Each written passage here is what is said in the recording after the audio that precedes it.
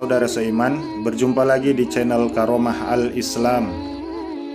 Jangan lupa like, subscribe, dan nyalakan lonceng notifikasinya agar kalian selalu mendapatkan berita terbaru dari channel ini.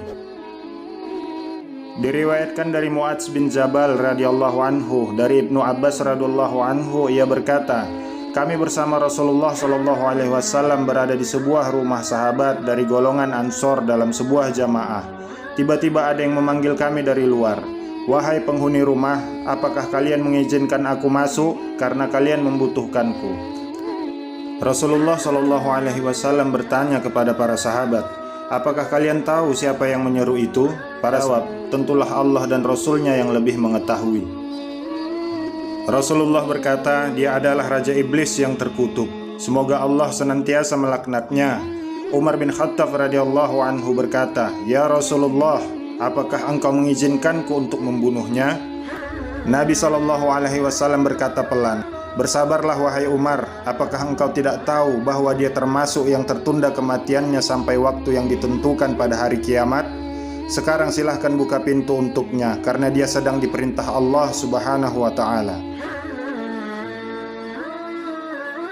Ibnu Abbas berkata, maka dibukalah pintu. Kemudian iblis masuk ke tengah-tengah kami dengan wajah seorang yang sudah tua bangka dan buta sebelah matanya. Dagunya berjenggot sebanyak 7 helai, rambut panjangnya seperti rambut kuda. Kedua kelopak matanya memanjang ke atas, tidak ke samping. Kepalanya seperti kepala gajah yang sangat besar. Gigit memanjang keluar seperti taring babi. Kedua bibirnya tebal seperti bibir macan. Dalam kitab Tanbihul Ghafalin oleh Imam Abu Al-Lasyid As-Samarqandi diceritakan tentang pertemuan Rasulullah dengan Raja Iblis dan terjadinya dialog di antara keduanya yang disaksikan oleh para sahabat. Allah Subhanahu wa ta'ala telah memerintahkan seorang malaikat menemui iblis supaya dia menghadap Rasulullah Shallallahu alaihi wasallam untuk memberitahukan segala rahasianya, baik yang disukai maupun yang dia benci. Inilah cara Allah Subhanahu wa ta'ala untuk meninggikan derajat Nabi Muhammad sallallahu alaihi wasallam dan juga sebagai peringatan dan perisai kepada umat manusia. Maka malaikat itu pun berjumpa dengan iblis dan berkata, hai iblis, bahwa Allah yang maha mulia dan maha besar memberi perintah kepadaku untuk memerintahkanmu menghadap Rasulullah sallallahu alaihi wasallam. Hendaklah engkau buka segala rahasiamu, dan apapun yang ditanya Rasulullah, hendaklah engkau jawab dengan sebenar-benarnya. Jika engkau berdusta walau satu perkataan pun, niscaya akan terputus semua anggota badanmu, uratmu, serta disiksa dengan azab yang sangat keras. Mendengar ucapan malaikat yang dahsyat itu, iblis sangat ketakutan. Maka segeralah dia menghadap Rasulullah Shallallahu alaihi wasallam. Setelah sampai di dekat Rasulullah, iblis pun memberi salam sehingga 3 kali, tetapi tidak juga dijawab oleh Rasulullah Shallallahu alaihi wasallam. Maka iblis menjawab sendiri salamnya dengan ucapan, alaihi laknaku makhluk terkutuk. Iblis berkata, ya Rasulullah, mengapa engkau tidak menjawab salamku? Bukankah salam itu sangat mulia di sisi Allah? Maka jawab Nabi dengan marah, hai musuh Allah, kepadaku engkau ingin menunjukkan kebaikan? Janganlah mencoba menipuku sebagaimana kau tipu Nabi Adam alaihissalam sehingga keluar dari surga. Habil mati teraniaya dibunuh Kabil dengan sebab hasutanmu. Nabi Ayub engkau tiup dengan asap beracun ketika sedang sujud kepada Allah sehingga dia sengsara beberapa lama. Nabi Daud dengan perempuan Uria. Nabi Sulaiman meninggalkan kerajaannya karena engkau menyamar sebagai istrinya, dan begitu juga beberapa anbiya dan pendeta yang telah menanggung sengsara akibat hasutanmu. Hai iblis, sebenarnya salam itu sangat mulia di sisi Allah Azza wa Jalla. Hanya salammu saja yang aku tidak hendak menjawabnya karena diharamkan Allah. Aku sangat mengenalmu, engkau iblis, raja segala iblis, syaitan dan jin yang menyamar diri. Apa kehendakmu datang menemuiku? Iblis pun ketakutan dan berkata, ya Nabi Allah, janganlah engkau marah, karena engkau adalah khatamul anbiya, maka dapat mengenaliku. Kedatanganku karena diperintah Allah untuk memberitahu segala tipu dayaku terhadap umatmu dari zaman Nabi Adam hingga akhir zaman. Ya Nabi Allah, setiap apa yang engkau tanya, aku bersedia menerangkan satu persatu dengan sebenarnya. Tiadalah aku berani menyembunyikannya. Maka iblis pun bersumpah menyebut nama Allah dan berkata, Ya Rasulullah, sekiranya aku berdusta sepatah kata pun, niscaya hancur leburlah badanku menjadi abu. Mendengar sumpah iblis itu, Nabi pun tersenyum dan berkata dalam hatinya, inilah satu peluangku untuk mensiasati segala perbuatannya, agar didengar oleh sekalian sahabat yang ada di majelis ini dan menjadi perisai kepada seluruh umatku.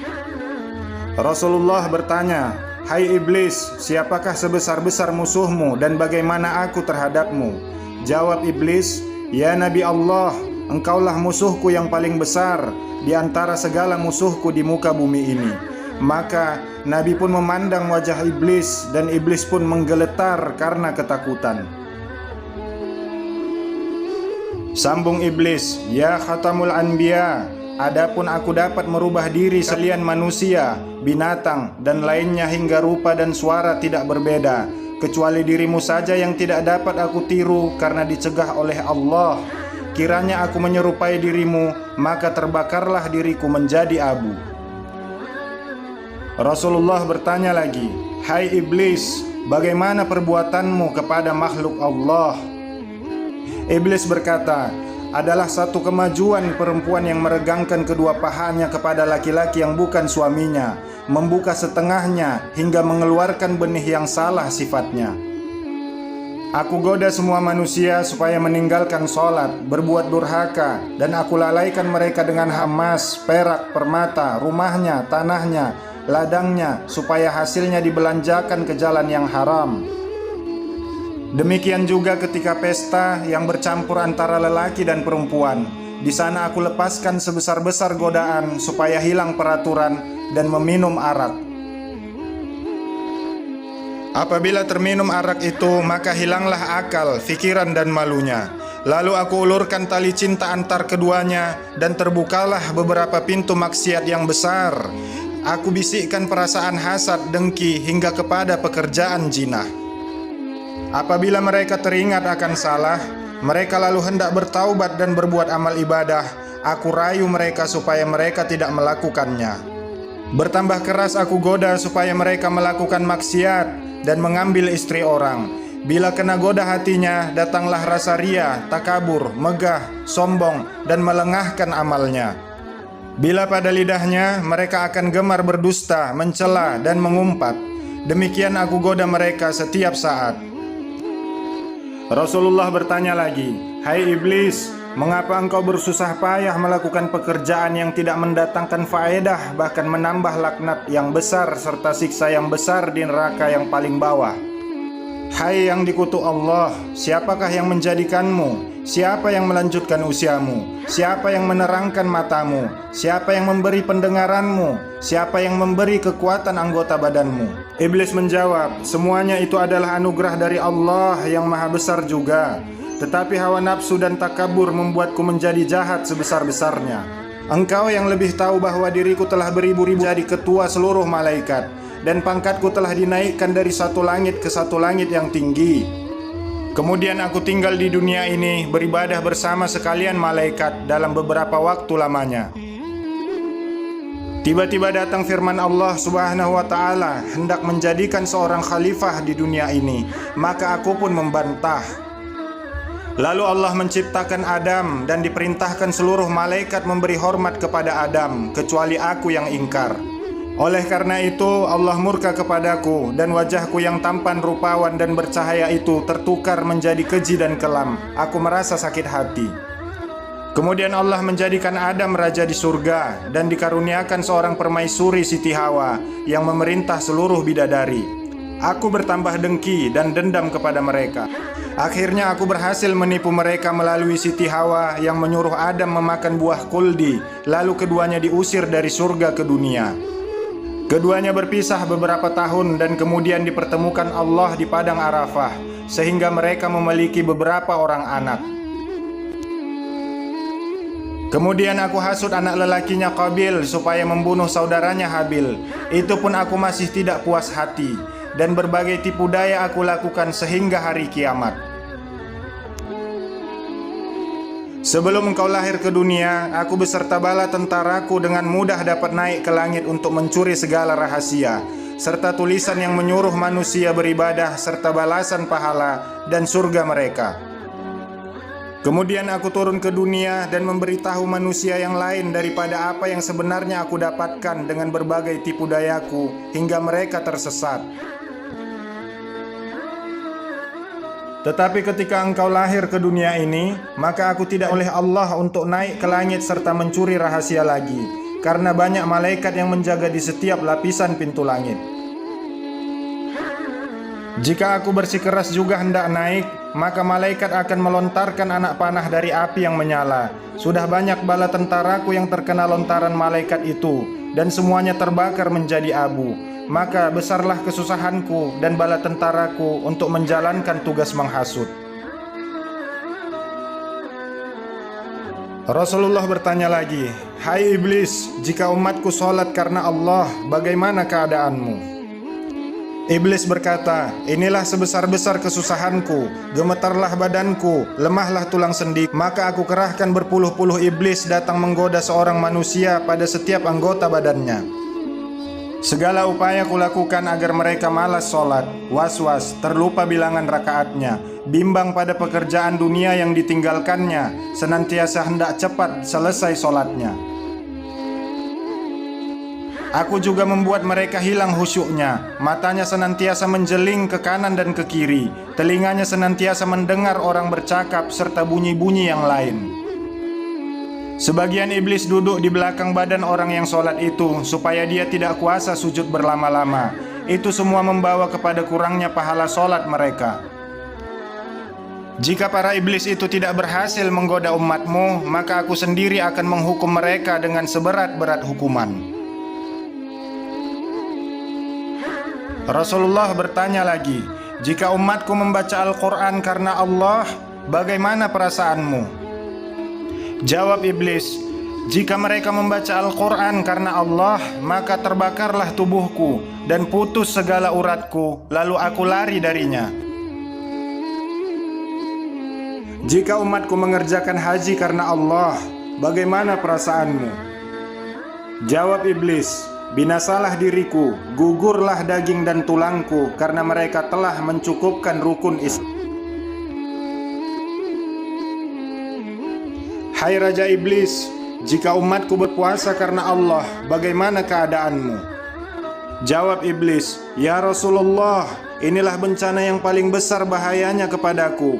Apabila masuk awal bulan Ramadan, maka memancarlah cahaya arasy dan kursi, bahkan seluruh malaikat menyambut dengan sukacita. Bagi orang yang berpuasa, Allah akan mengampunkan segala dosa yang lalu dan digantikan dengan pahala yang amat besar, serta tidak dicatat dosanya selama dia berpuasa. Yang menghancurkan hatiku ialah segala isi langit dan bumi, yakni malaikat, bulan, bintang, burung dan ikan-ikan, semuanya siang malam mendoakan ampunan bagi orang yang berpuasa. Pada hari umatmu mulai berpuasa, dengan perintah Allah datanglah sekalian malaikat dengan garangnya menangkapku dan tentaraku, para jin kafir, syaitan dan ifrit. Lalu dipasunglah kaki dan tangan kami dengan besi panas dan dirantai serta dimasukkan ke dalam bumi yang paling amat dalam. Di sana pula beberapa azab yang lain telah menunggu kami. Hingga setelah habis bulan Ramadan barulah kami dilepaskan. Umatmu telah merasakan ketenangan berpuasa dan bersahur seorang diri di tengah malam tanpa rasa takut dibandingkan bulan biasa. Hai iblis, bagaimana seluruh sahabatku menurutmu? Jawab iblis, seluruh sahabatmu adalah sebesar-besar musuhku. Tiada upayaku melawannya dan tiada satupun tipu dayaku yang dapat masuk kepada mereka. Karena engkau sendiri telah berkata, seluruh sahabatmu adalah seperti bintang di langit. Jika kamu mengikuti mereka, maka kamu akan mendapat petunjuk.